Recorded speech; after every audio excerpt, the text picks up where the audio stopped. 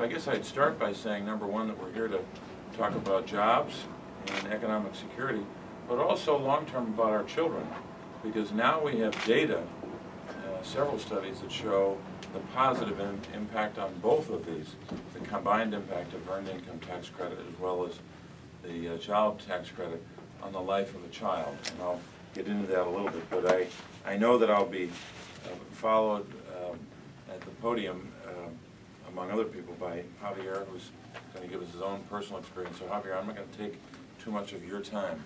I want to leave enough time for you. You're up here for a half an hour, right? Something like that. No, we appreciate the fact that you're here, but I do want to thank everyone who's here, both those who are here representing Berks Encore as well as United Community Services, a whole range of folks who come together here, not just on a day like today, but every day, helping families here in Reading, helping seniors, as well as the economy overall.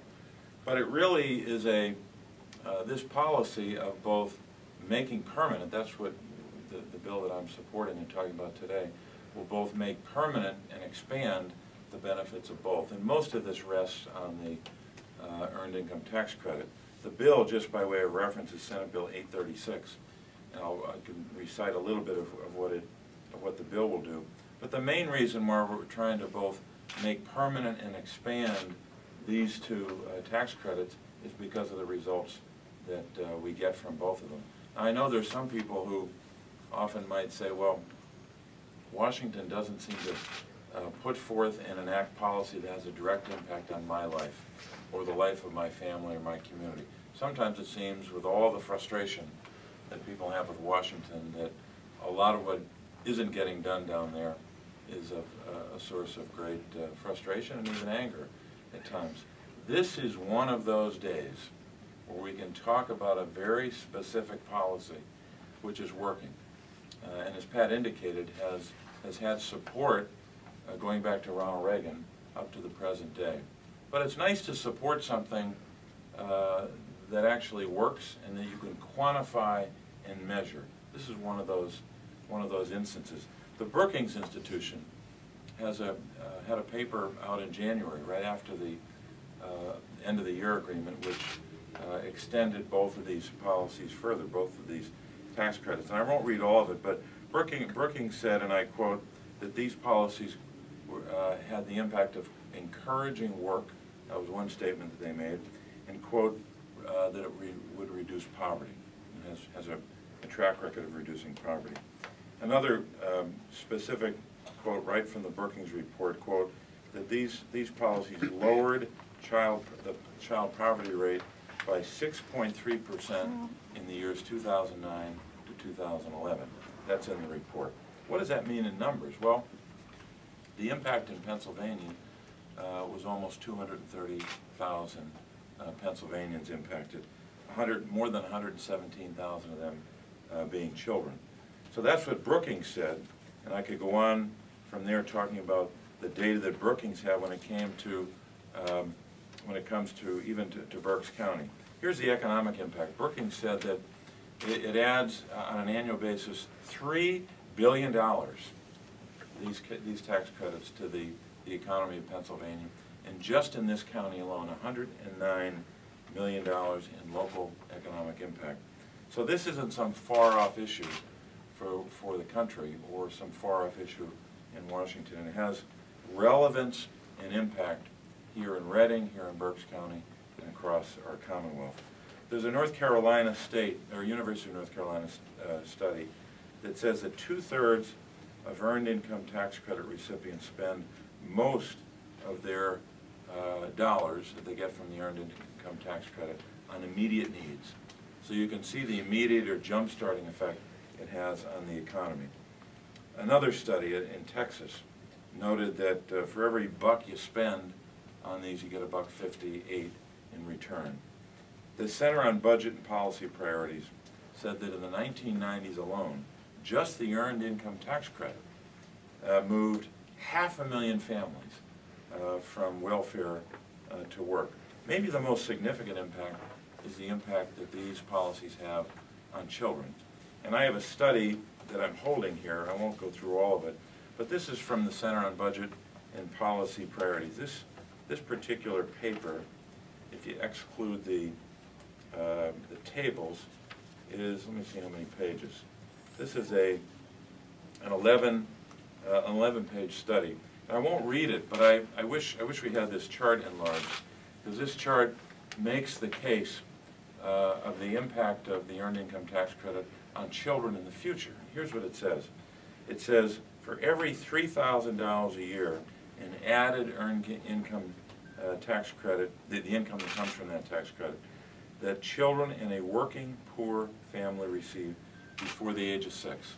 So in those kinds of households, every $3,000 a year that they get means that down the road, their working hours increase by 135 hours a year. So they can actually tell you how much more that child will work in the future on an annual basis because of the impact of this tax credit. The impact of both of these is now irrefutable. And let me just read you the headlines. Well, here's just read you one sentence and then the headlines, then I'll stop. The research, this is in the first paragraph of the paper, the research indicates that children of Earned Income Tax Credit recipients do better in school, likelier to attend college, and earn more as adults. I've often said that one of the best benefits of early learning dollars, that if you spend, if we invest in early learning, kids will learn more now and earn more later. The same can be said of the benefits of the Earned Income Tax Credit. But here's the headlines, and I'll stop after reading just the headlines. The one headline in this study on page 3, Center on Budget and Policy Priorities from April. 2 words, encouraging work. That's one result. Then you go on 2 more pages.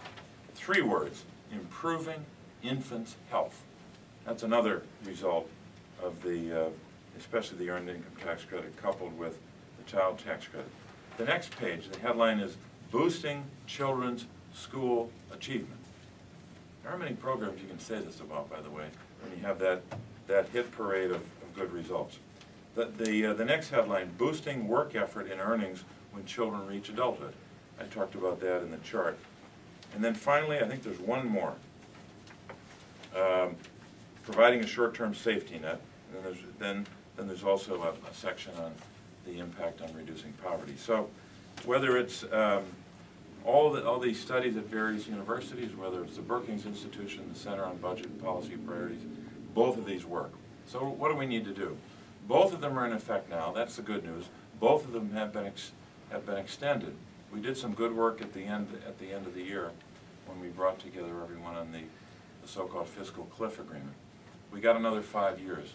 But in 2017, we've got to make sure that we don't allow these to run out. We should take steps now to prepare for that time so we can make sure that we strengthen our families, strengthen our working families. These are folks that are working every day to get the benefit of both these tax credits, and make sure that we take steps not just to reduce the poverty of that family today, but to reduce the poverty, the likelihood of poverty, but also to increase the work hours of that child when they reach the workforce many years from now. So we're grateful that there's so much support for this, but now we got to make sure that we extend it beyond the people in this room and beyond those that support it, and get as many people working as we can, near term and long term. One of the best ways to do that is to continue and enlarge this support. So Pat, I'm not the MC, but should I introduce someone now? Ruth Matthews. Ruth Matthews. Ruth, thank you very much. Thank you. For being here. Thank you. Appreciate you coming. Sure. These are always too tall for me. Wish I could move it down a little bit. I do want to thank you, Senator Casey, for coming to Reading. This is the place you need to be to talk about Earned Income Tax Credit. You're right. Thank you. As you know, Senator Casey, Reading has lost its industrial base. And we have lost probably about 20,000 workers that have been permanently laid off. United Community Services, as a member of the Rapid Response Team, and as well as the United Way Tax Preparation Coalition, it's our job to make sure that those workers have a connection to the community, but also we help them reinvent themselves for this economy. You know, these are people who have played by the rules, and they have lost their jobs. And in losing their jobs, they lose their income. They lose everything that's meaningful to them. And so this tax credit is the most critical thing that we can do for those folks. It's not unusual for United Community Services to help people who are working 2 and 3 jobs. It is not unusual for us to help them try to finagle the best of this community to help them get a job. It's not unusual, for example, for us in Youth Build to see young people who are 20 years old and above who cannot get a job and who try to transform their lives. This tax credit is the vital piece that connects us to the community. Javier, come on up here. It's the working families of this community that are the bedrock. And what better example do I have than Javier Valdion? Javier works for United Community Services. He's buying a home in the city. He has 3 children, and both he and his wife are continuing with their education. So I want to thank you personally, and on behalf, I'm going to speak for all the workers. On behalf of them, I really appreciate your good work. Appreciate it. Thank you. Peter, thanks so much. No problem. Hope I left enough time. Sure, I think so. How's everybody doing? Good seeing everyone. So, as Ruth had mentioned, I am a full-time employee, married father of 3 young children, and sole household provider. And I definitely know the importance of what is the Earned Income Tax Credit. With that being said, as any parent can relate, budgeting and parenting go hand in hand. And what the Earned Income Tax Credit has allowed me to do is continue providing for my family with the household staples, pay bills, and continue on my budget path without skimping out on my children's college tuition funds. And well, apologize for that. But I'm making minimal concessions on my short-term and long-term budgeting plans. In addition, in the long term, apologize for that, I'm right here. I am grateful for the Earned Income Tax Credit, and so are many working families, not only here in Reading, but across the state, the United States as well. And so I am grateful, and I fully, I'm with the plan. I'm grateful that you are planning to do this, passing it, pushing the tax bill relief. So thank you very much, and appreciate it. Thank you very much. Not a Appreciate problem. I'm not supposed to wrap Sorry. up. So Okay. So, very, very grateful to all of you for being here, and Senator, thank you so much for coming. We really do appreciate it. As a member of the coalition, we see firsthand what happens, and you know, it's funny because our agency primarily targets older adults, but during that tax season, we do see a large number of young working families, low-income families from around the neighborhood that come here to get their taxes done because they need that refund immediately because it means so much to them in their quality of life. Jody, I know you see it at BCAP, Ruth, I'm sure you see it, plus all the other partners that are in the Money in Your Pocket Coalition. And really that coalition got started because of United Way, and very, very happy to have been a part of that, and that they brought this together at a time when we weren't able to get something like that done. So I am a big fan of United Way.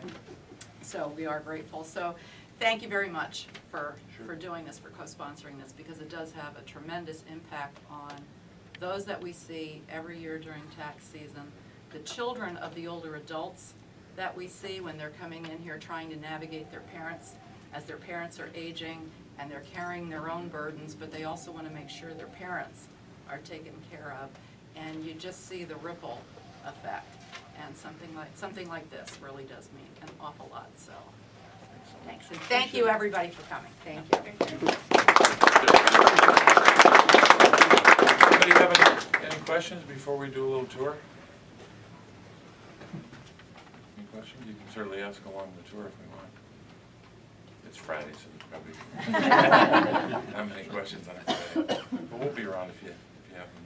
Thanks for all the time. And I should say, if you have something you want to read this week on this report I was talking about was an April 9th report on Center on Budget and Policy Priorities. So if you need some extra reading, so I downloaded it last night. Did you? It's good when they have real charts. Yeah. That helps us. Yeah, it's a great. Well, thanks, everybody. Appreciate it.